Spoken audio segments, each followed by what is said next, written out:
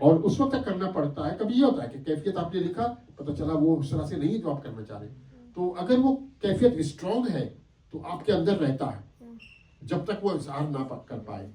تو اس دوران میں کئی ایسی چیزیں آ جاتی ہیں بیچ میں, چھوٹی چھوٹی, لیکن پھر کسی وقت وہ اچانک آ جاتا ہے. اچھا یہ بات میں کیوں کہہ رہا ہوں, جیسے میرا بچے کے لیے پھول ہے, تو یہ خیال میرے ذہن میں رہا, میں نے اس کو کئی بار نظمیں لکھنے کی کوشش کی. میں نظمیں لکھنے کی کوشش کی تو مجھے لگا جیسے 4 لائنیں لکھنے کے بعد 5 لائنیں لکھنے کے بعد بیکار. اور ایک صبح میں جیسے اٹھا, مجھے یونیورسٹی کالج جانا تھا, کالج میں تھا, BA میں تھا, تو جیسے ہی اٹھا تو مجھے اچھا کاپی اور پین میں اپنے سرانے رکھتا تھا, تو جیسے ہی اٹھا میں نے پین اٹھایا اور وہ لکھنا شروع کیا, اور اس کا میٹر ایسا تھا کہ جب میں نے لکھا تو مجھے لگا یہ روایتی میٹر بھی نہیں ہے, تو اس کو کیسے میں کروں. تو میں نے اپنے حساب سے اس میٹر کو تقسیم کیا اور وہ یعنی یوں سمجھے کہ فوری طور پر ہو گیا. لیکن یہ فوری طور پر جب ہوا, جب اس کو میں کئی بار لکھنے کی کوشش کر چکا تھا آلریڈی, تو وہ نہیں آیا اس طرح سے. اور میں جب بھی لکھتا تو مجھے لگتا نہیں یہ بات تو نہیں ہے. تو یہ اس کا پروسیس ہے, اور اس میں یہ ہوتا ہے کہ کوئی غیر معمولی بات نہیں ہے. تو اگر آپ کے ذہن میں کوئی ایسا خیال ہے جسے آپ بیان کرنا چاہ رہے نہیں آ رہا, کچھ اور صورت میں آ رہا ہے, اس کو لکھیں, اسی طرح سے لکھیں.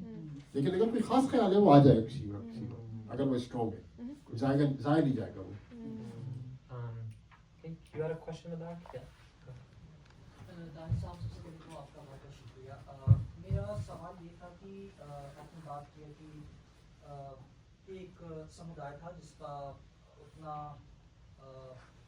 وہ اتنے سرل طریقے سے دکھ نہیں رہا تھا ساہتیہ میں.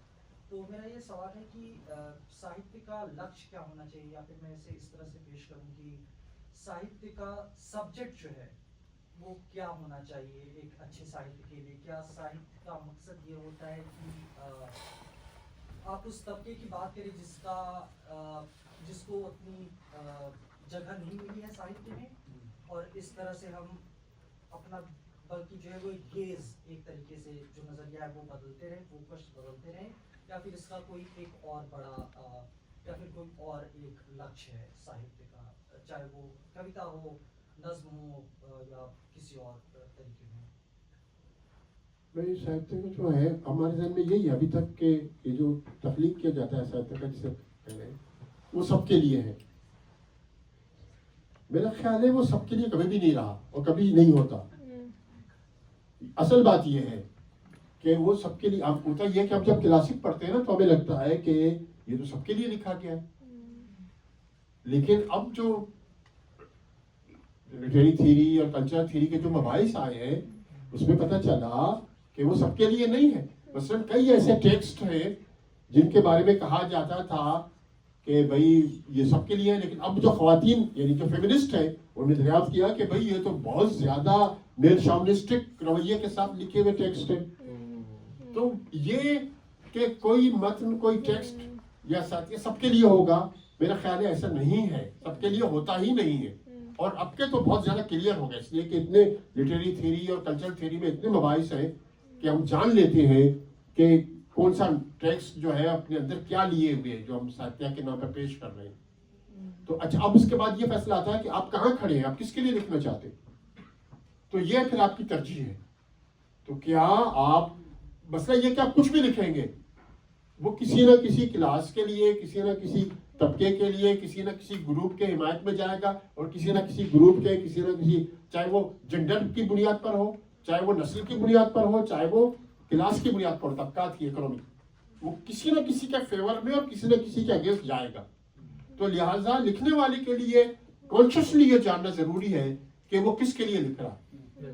اصل بات یہ ہے کہ جو آپ لکھ رہے ہیں, جو بھی لکھ رہے ہیں, اس کو لٹریچر یا آرٹ بننا ہے, کیسے بنایا جائے کہ جو آرٹ فارم ہو, جسے آرٹ کہا جائے. ٹیکسٹ یا متن جو اس کا ہے وہ سبجیکٹ یا اس میں جو کنٹینٹ ہے وہ تو بات ہی بات ہے, لیکن جب اسے آرٹ آپ کے طور پر پیش کرتے ہیں تو سب سے پہلے اسے آرٹ ہونا چاہیے. پھر یہ آپ کے کانشیس پر ہے کہ آپ کہاں کھڑے ہیں, کن لوگوں کے ساتھ ہیں. کیا آپ ایسے متن تو نہیں لکھیں. ہم گفتگو میں مثلاً یہ جو ہم لطیفے سناتے ہیں, جوک سناتے ہیں عام طور پر, یعنی بہت سارے جوک ایسے, خاص کر اردو میں, وہ عورتوں کے بارے میں ہوگی یا بیویوں کے بارے میں ہوگی. مطلب لوگ بہت ایزی لیتے ہیں اور ہنس لیتے ہیں, یعنی میں اریٹیٹ ہوتا ہوں اندر سے, مجھے کیا بکواس ہے, مطلب اس کے علاوہ کچھ اور نہیں. یعنی بجائے بہت ساری ایسی شاعری جو ہمارے یہاں شاعر کرتے ہیں مزاحیہ شاعری کے نام پر اور لوگ انجوائے کرتے ہیں. میں ہمیشہ اس پر بلکہ یہاں عجیب بات ہو گئی, میں تو چونکہ بہت زیادہ پبلکلی بول لیتا ہوں. ایک بار ہمارے ظفر زیدی میموریل مشاعرے میں ایک صاحب نے ایک نظم پڑھی. وہ نظم یہ تھی کہ دیکھو یہ پہلے زمانے میں ایئر ہوسٹس بڑی حوریں ہوتی تھیں, یہ ہوتی تھیں, وہ ہوتی تھیں, اور اب جو ہے نا کالے جو دیو جو ہے وہ ہو گئے. میں کھڑا ہوں کہ کیا مطلب کالے دیو بھائی, آپ کسی اور آدمی کا نام لے لو, مطلب آپ کی تکلیف کیا ہے کالوں سے, مطلب یہ کہ کیا معنی اس بات کے. تو اسی طرح سے تو یہ جو فرق ہے یہ ہماری گفتگو میں بھی ہوتا ہے. جب ہم کوئی جملہ بولتے ہیں, جب ہم مذاق کرتے ہیں, جب ہم جوک کرتے ہیں, تب بھی یہ فرق ہوتا ہے. تو لٹریچر میں آرٹسٹ کو اور خاص کر لکھنے والے کو تو بہت کانشیس ہونا چاہیے اپنی پوزیشن کے بارے میں کہ اس کی پوزیشن کیا ہے اور اس کا موقف کیا ہے, یعنی وہ کس کے فیور میں ہے, کیا لکھنا چاہ رہا ہے. باقی اگر آپ پوئٹری لکھتے ہیں تو پہلی شرط ہے اس کو پوئٹری ہونا چاہیے. اگر آپ فکشن لکھتے ہیں تو اس کا فکشن ہونا سب سے پہلا شرط ہے, پھر بعد کی بات ہے کہ آپ نے کیا لکھا. میں تو اس طرح دیکھتا ہوں, مجھے نہیں پتا کہ آپ اس میں کس طرح دیکھتے ہیں, لیکن میں اس طرح دیکھتا ہوں. We'll take maybe like 2 more questions. All the way in the back. سب سے پہلے میں شکریہ ادا کرنا چاہوں گا منتظمین کا کہ ہمیں یہ موقع دیا آپ نے کہ ہم نے دانش صاحب کو آج بچپن سے نام سنتے آ رہے ہیں, بلوچستان سے میرا تعلق ہے, لیکن آج فرسٹ ٹائم آپ کو دیکھنے کا تھینک یو سو مچ, ہماری آنکھیں ٹھنڈی ہو گئی. تو دانش صاحب آپ کی بلوچی میں آپ کا ایک گانا ہے بہت مشہور ہے, تو اس کے علاوہ اور ہمیں بلوچی میں آپ کی باقی اس حوالے سے آپ کو کوئی پلان ہے کہ آپ ہمیں آپ کا نام کیا ہے پہلے تو مجھے نام بتائیں. تو اچھا امداد تب ہے, میں آؤں شمسک میں چاہ کروں گا, شمسک میں امداد. اوکے اب سوری, بلوچ سے بلوچی بولنا آسان لگتا ہے. اچھا امداد نہیں وہ, ہاں یہ بات صحیح ہے. ابھی میں تھوڑی دیر پہلے یہ بات ہو رہی تھی, ہم بیٹھے ہوئے تھے کہ یہ اتفاق ہے کہ ہم جو لیاری میں رہتے ہیں, اور اس کا مجھے بہت ساری چیزوں سے شکایت بھی ہے. سچی بات یہ ہے, ہمارے مکران کے دوستوں سے وہ سمجھ نہیں پاتے چیزوں کو. مثلا ہم کراچی میں رہتے ہیں, ملٹائی کلچرل اور ملٹائی لینگویج اور پتہ نہیں کیا کیا شہر ہے. ہم اسکول میں جاتے ہیں اردو پڑھتے ہیں, اب تو انگریزی کا زمانہ آ گیا. ہم گھر سے باہر نکلتے ہیں تو جو بچے ہیں وہ سامنے پنجابی بولنے والا گھر ہے, پشتو بولنے والا گھر ہے, اور ایک ہندی بولنے والا گھر ہے. تو ہمارا جو میڈیم ہے رابطے کا جو ذریعہ ہے وہ اردو ہے. جیسے بھی اردو بولے, وہ لیاری والی اردو, تو اردو بولتے ہیں. اسی طرح ہم سے جو پہلے کی نسل تھی وہ ظاہر سندھی میڈیم کے اسکول تھے تو سندھی پڑھے ہوئے تھے, تو لہٰذا یہ جو ہم زبان پڑھتے ہیں تو اس کے اثرات پڑھتے ہیں. جیسے ہماری پہلی نسل تھی, ہم سے پہلے وہ سندھی میڈیم تھی تو وہ سندھی کے الفاظ تھے, جیڑو وری یعنی پھر, جیسا کہ. پھر میں نے دیکھا جب ہم نے پڑھا اور میں نے پڑھانا شروع کیا تو میں نے دیکھا کہ میرے بلوچ بچے جو بات کرتے ہیں آپس میں, اگر تو کا ہے یعنی اگر مگر, مطلب وہ اردو کے الفاظ اب جو ہے انگریزی کے بولتے ہیں, اب انگریزی کے بولتے ہیں. تو ہمارے ساتھ یہ تھا کہ وہاں پر ہم پڑھے. اچھا جب ہم نے اس سنبھالا تو بلوچی کا اتنا چلن بھی عام نہیں تھا. بلوچی یا لٹریچر کا بہت کم لوگ تھے, اور اب نیا شروع ہوا تھا. مطلب مجھے یاد پڑتا ہے کہ کچھ شاعر تھے, اور ہمارے دوست غلام فاروق نے کتاب شائع کی تھی نو کے تام کے نام سے. ہم اسکول میں تھے, نو کے تام, نئی شاعری, نو کے تام نیا ذائقہ. تو وہ شاعری تھی, اور ہمارے قاضی میرا کلاس فیلو تھا, میں اور مبارک قاضی صاحب تھے.